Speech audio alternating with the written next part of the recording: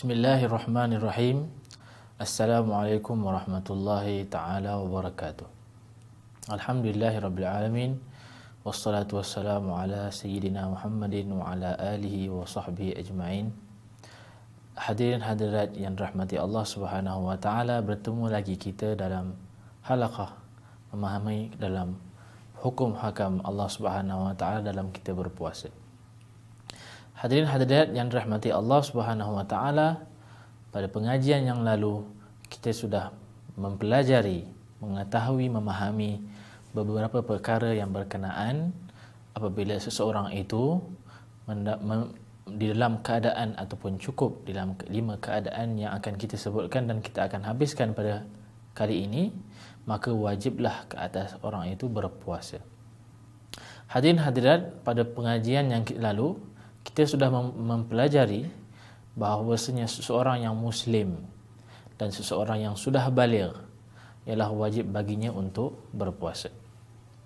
Dan kita sudah mempelajari juga bahawasanya seseorang yang sudah baligh itu, apabila dia baligh bermakna dia sudah bersedia untuk menanggung tanggungjawab dia sebagai seorang hamba. Ketika itu dia dipanggil sebagai orang yang mukallaf. Mukallaf ialah orang yang ditanggung, yang menanggung sendiri akibat apa yang dia lakukan, sama ada baik ataupun buruk. Wa'iyadzubillah tabaraka wa ta'ala. Pada akhir halaqah kita yang lalu, kita juga mengetahui bahawasanya seseorang yang berakal, seseorang yang sedar, itu diwajibkan ke atas dia berpuasa. Orang yang sedar, orang yang berakal, itu bermakna seseorang yang akalnya sihat, akalnya itu berfungsi dan sedar. Dan kita semalam sudah sebutkan tahap level seseorang yang berakal. Seorang yang akal sedar seperti kita ini, apabila dia sedar, maka wajib dia untuk berpuasa selagi ia cukup syarat-syarat yang lain yang kita akan habiskan pada hari ini. Akan tapi selain daripada mereka, itu ada 4 macam orang. Yang pertama ialah orang yang tidur. Kedua, orang yang koma ataupun pengsan, pun digelar sebagai orang yang tidak sedar. Yang ketiga ialah orang yang sakran, orang yang mabuk. Tak kira sebab mabuk dia apa, mabuk pun bermacam-macam. Yang keempat ialah orang yang gila.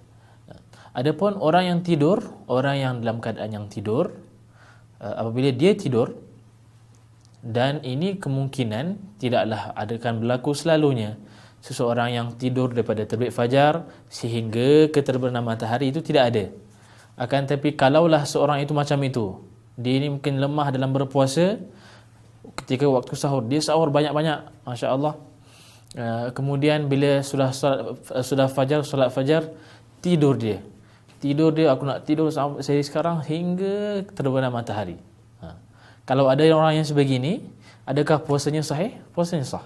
Puasanya itu sahih. Kerana apa? Kerana dia sudah wajib ke atas dia berpuasa pada malam hari, dia sudah niat untuk berpuasa, maka tidak menjadi masalah. Baik. Itu tidak jadi masalah orang yang tidur. Yang kedua ialah orang yang pingsan ataupun orang yang koma.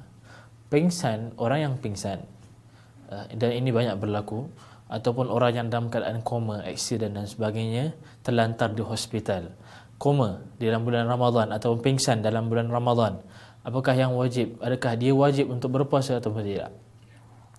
Baik, mereka yang tidak berakal ialah mereka yang tidak sedar. Jadi mereka orang yang pingsan ataupun orang yang koma, ketika itu tidak wajib ke atas dia untuk berpuasa. Bahkan hatta kalau seseorang itu ketika dia pengsan pada malam hari sebagai contoh, ataupun koma pada malam hari, tiba-tiba pada waktu pagi ataupun tengah hari sedar dia daripada koma, sedar dia daripada pengsan, adakah wajib dia teruskan hingga waktu terbenam matahari ataupun tidak? Itu tidak diwajibkan, kerana ketika waktu diwajibkan itu dia tidak berakal ataupun tidak sedar. Baik, kalau sebaliknya, seorang yang pada pagi hari berpuasa, malam dia sudah berniat, pagi berpuasa, sehingga pada waktu tengah hari mungkin dia bekerja hingga lemah dirinya sehingga jatuh pingsan. ataupun dia koma, adakah wajib ke atas dia untuk qada semula puasa tersebut, ataupun adakah sah puasa dia pada hari itu ataupun tidak? Kata ulama, selagi mana dia berpuasa pada bahagian hari walaupun sedikit, dia itu dikira puasanya itu puasa yang betul dan sah di sisi Allah SWT. Baik. Yang ketiga ialah orang yang mabuk.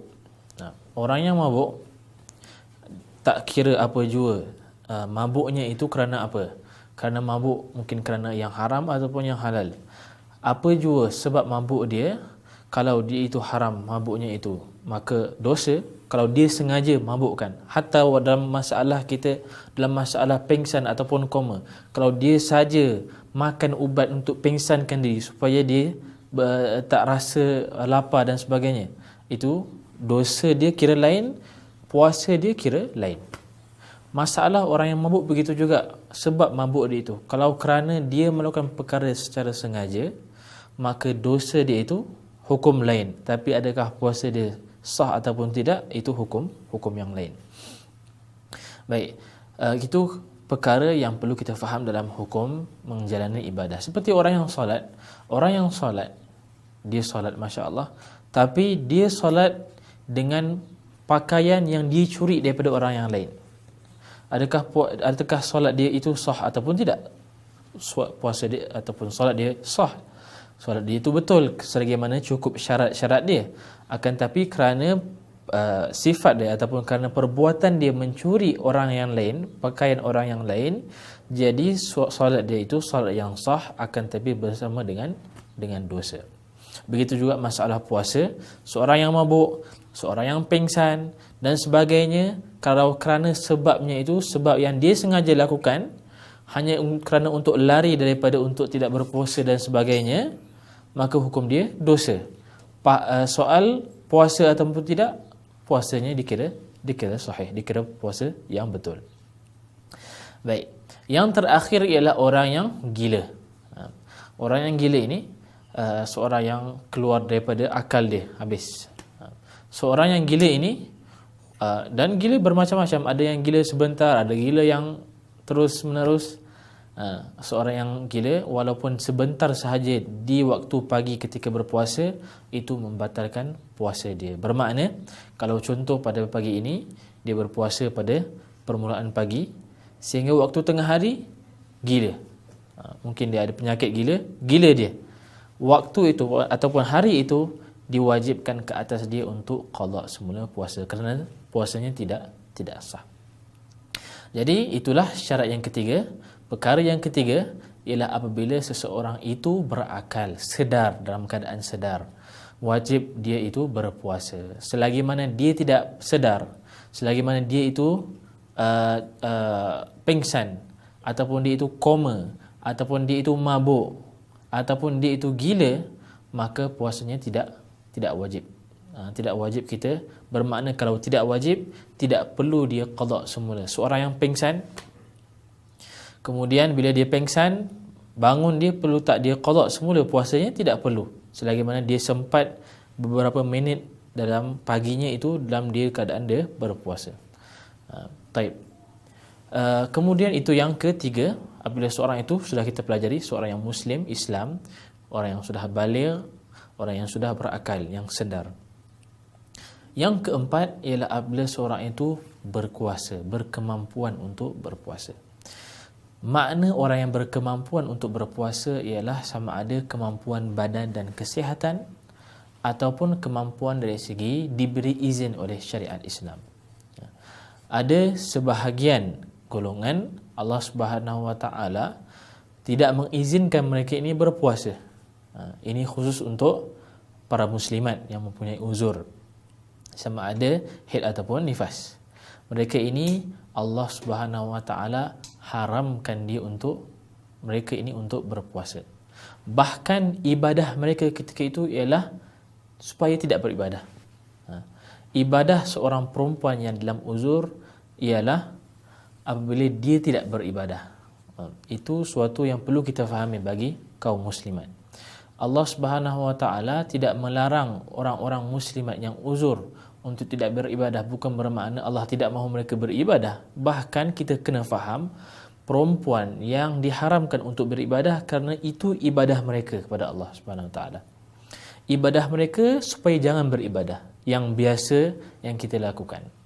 Kata Al-Hafidh Ibn Hajar dalam kitab Fathul Bari, seorang yang muslimah yang dalam keadaan uzur, apabila dia duduk dia itu kerana Allah Subhanahu Wa Taala, solat dia tinggalkan solat, tinggalkan puasa ialah untuk imtithal, menjaga, menuruti perintah Allah Subhanahu Wa Taala. Segala solat, segala puasa, segala ibadah yang dia lakukan akan dicatat oleh Allah Subhanahu Wa Taala. Begitulah yang kita fahami daripada hadis Nabi sallallahu alaihi wasallam, apabila seorang itu musafir ataupun seorang itu sakit, akan ditulis bagi mereka segala ibadah mereka ketika waktu dia mukim dan ketika waktu dia sihat. Fadlun min Allah Subhanahu, itu semua anugerah dari Allah Subhanahu Wa Taala. Jadi itu mafhum, fahaman kita bermakna orang yang berkemampuan. Fahaman yang pertama ialah orang ini sihat tubuh badan tapi tidak diizinkan oleh Allah, iaitu khusus untuk para musliman yang uzur. Yang kedua ialah orang yang berkemampuan ialah orang yang tidak sakit tubuh badan, yang sihat tubuh badan.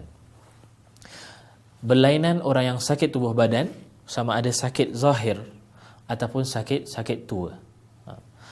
Bagi orang yang sakit badan dia ataupun dia ada satu penyakit di badan dia, kadang-kadang penyakit ni ada yang boleh disembuhkan, ada penyakit yang tidak boleh disembuhkan. Ia balik kepada pendapat ataupun kata-kata para doktor.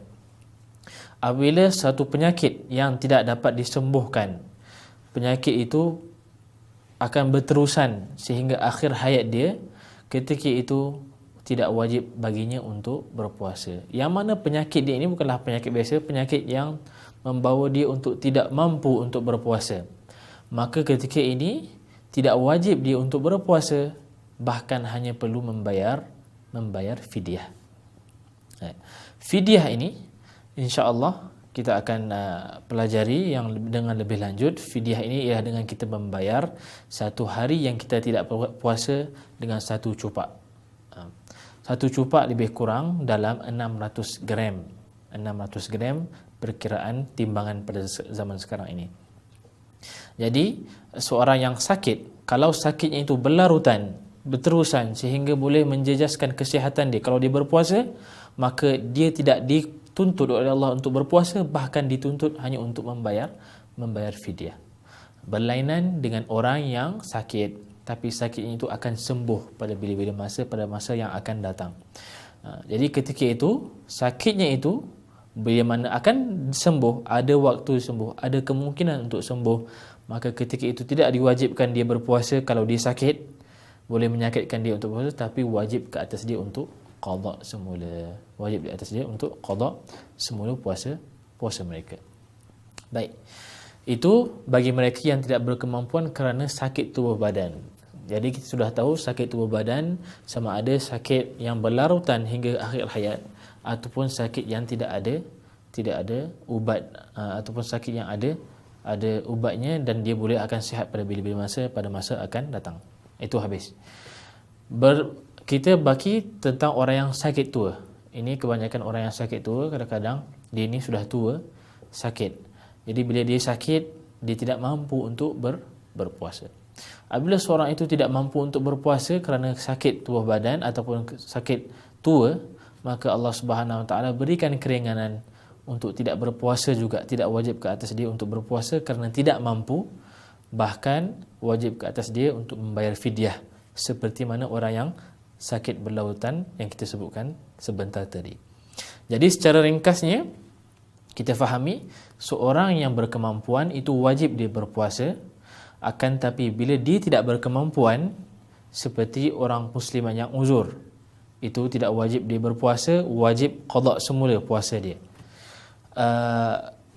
Seorang yang sakit kita lihat, kalau sakitnya itu ada waktu yang boleh disembuh, wajib dia qada semula puasa tersebut. Seorang yang sakit berlarutan, yang akan terus sakitnya, ataupun seorang yang sudah tua yang tidak mampu untuk berpuasa, maka ketika itu tidak wajib dia puasa, tidak wajib qada, akan tapi hanya dia bayar setiap satu harian jadi tidak berpuasa satu fidyah 600 gram makanan yang biasa dimakan oleh tempat dia. Kalau di kawasan Asia kita makan beras, maka dikeluarkan setiap hari yang dia tidak berpuasa itu 600 gram beras. Boleh, jadi boleh pada permulaan Ramadan dia kumpul. Satu hari dia tak puasa, dia kumpul 600 gram. Boleh dia berikan pada akhir bulan Ramadan, dikumpulkan semuanya diberikan kepada fakir miskin. Nah. Baik. Tapi adakah boleh kalau seorang yang sakit itu ataupun seorang yang tua itu ingin berpuasa, adakah sah ataupun puasa dia ataupun tidak? Sahih puasanya. Dia ini sakit, akan tapi subhanallah pada ketika itu, pada hari itu dia berkuasa ataupun dia ada kemampuan untuk berpuasa, dia puasa, tak perlu dia keluarkan fidyah. Yang penting yang perlu kita fahami, bila waktu dia sakit, dia tidak mampu pada hari itu untuk berpuasa, ketika itu dia keluarkan fidyah ataupun dia catat di note dia untuk keluarkan fidyah pada masa yang akan datang. Baik. Yang terakhir, yang kelima, ialah seseorang itu bila wajib berpuasa ialah apabila orang itu tidak keluar bermusafir dengan safar yang jauh. Nah, seseorang itu sama ada dinamakan sebagai mukim ataupun orang yang musafir, safar. Mukim ialah orang yang duduk di tempatnya, safar ialah orang yang keluar daripada tempat dia. Seseorang yang keluar daripada tempat dia dikira sebagai orang yang musafir. Apabila seorang itu musafir, tidak wajib ke atas dia untuk berpuasa selagi mana safar dia itu safar yang jauh. Safar dia itu safar yang lebih daripada 2 marhalah. Bermakna seseorang yang wajib berpuasa ialah orang yang mukim. Apabila dia keluar bermusafir, boleh dia tidak berpuasa dengan 2 syarat. Syarat yang pertama ialah apabila safar dia itu jauh, lebih daripada 2 marhalah, dalam perkiraan sekarang lebih kurang 80 km. Syarat yang kedua ialah apabila safar dia itu, keluar dia itu daripada iqamah ataupun waktu daripada tempat dia itu, keluarnya itu ialah bukan disebabkan maksiat. Sebahagian orang keluar outstation, keluar daripada tempat dia hanya kerana untuk berjudi. Itu safar dikira sebagai safar yang maksiat. Safar maksiat tidak boleh dia berbuka puasa. Kita pelik kadang-kadang, Masya Allah, dia keluar nak pergi berjudi ataupun nak pergi mana maksiat yang Allah tidak redai, keluar lebih daripada 80 km. Tiba-tiba dia kata, aku nak buka puasa lah bulan Ramadan. Kenapa nak buka puasa? Kerana siapa yang musafir, dia tahu siapa yang musafir boleh berbuka puasa ada uzur. Masya Allah, engkau belajar berkenaan siapa yang keluar musafir 80 km ada uzur untuk buka puasa, tapi kau tak sempat belajar orang yang keluar pergi musafir maksiat kerana Allah itu tidak ada diberikan keringanan oleh Allah Subhanahu Wa Taala. Siapa-siapa yang safar maksiat, yang keluar maksiat kepada Allah Subhanahu Wa Taala, tidak boleh dia melakukan apa-apa keringanan di dalam syariat. Contoh, kita tahu orang yang bermusafir boleh dia qasarkan solat daripada 4 kepada 2. Orang yang musafir kerana maksiat itu tidak dibolehkan dia itu musafir. Jadi kalau dia solat 4 rakaat, kalau dia solat kalau dia berpuasa, dia perlu habiskan puasa dia. Sebagaimana engkau dah belajar orang musafir itu boleh qasar salat, boleh jamak salat. Orang yang musafir itu boleh tidak berpuasa. Kau kena belajar juga bahawasanya orang yang musafir kerana maksiat itu ialah perkara yang tidak diridai oleh Allah Subhanahu Wa Taala, itu satu, dan tidak diizinkan untuk menghabiskan atau melaksanakan izin rukhsah-rukhsah seperti qasar, jamak dan sebagainya. Jadi seorang yang musafir boleh dia berbuka puasa selagi mana safar dia itu safar yang mubah, yang tidak ada maksiat, ataupun dan safar itu mestilah lebih daripada 80 km. Selain daripada itu, wajib ke atas orang yang musafir itu berpuasa. Semoga apa yang kita dengar ini kita dapat manfaat, dan secara ringkas kita ringkaskan pada kali ini, apabila seorang itu sudah cukup 5 perkara wajib dia berpuasa. Yang pertama, orang yang Islam. Yang kedua, bila dia sudah baligh. Yang ketiga, bila dia berakal sedar. Yang keempat, apabila dia itu berkemampuan. Yang kelima, apabila dia itu bermukim ataupun tidak bermusafir, safar yang jauh. Semoga apa yang kita dengar kita dapat manfaatkan, dan kita beri faedah kepada orang yang di sekeliling kita yang ingin memahami juga hukum-hukum berkenaan dengan puasa.